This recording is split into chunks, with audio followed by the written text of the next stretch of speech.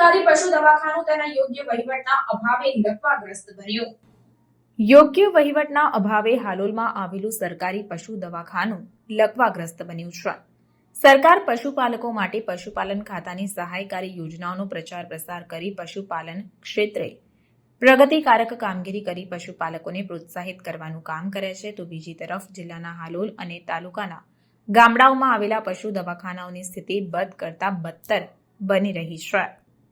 દવાખાનાઓ માત્ર નામ પૂરતા ખોલવામાં આવે છે। ડોક્ટર પાસે અનેક દવાખાનાના ચાર્જ હોવાથી માત્ર કલાક બેસી ડોક્ટર રવાના થઈ જતા अन्य स्टाफ पण दवाखानाने ताड़ा मारीने रवाना થઈ જાય છે। कुंवाड़ी से आया हूँ और गाय के झिंगोड़ी का दवा के लिए, लेकिन यहाँ दवाखाना बंद है और मैं कब से खड़ा हूँ। 15 किलोमीटर दूर से मैं आया हूँ, तो दवाखाना खुला ही नहीं है, तो दवा मुझे मिला नहीं। अब मैं जाऊँगा बाजार में ढूंढूंगा, अगर मिल गया तो ठीक है, तो भी पैसा लगेगा 500-600 जो लगेगा लेके जाऊँगा। पशु है तो दवा तो करना पड़ेगा ना। तो सरकारी दवाखाना टाइम से नहीं खुलेगा। अभी तो 12 बजने वाला है, अभी तक खुला नहीं है दवाखाना।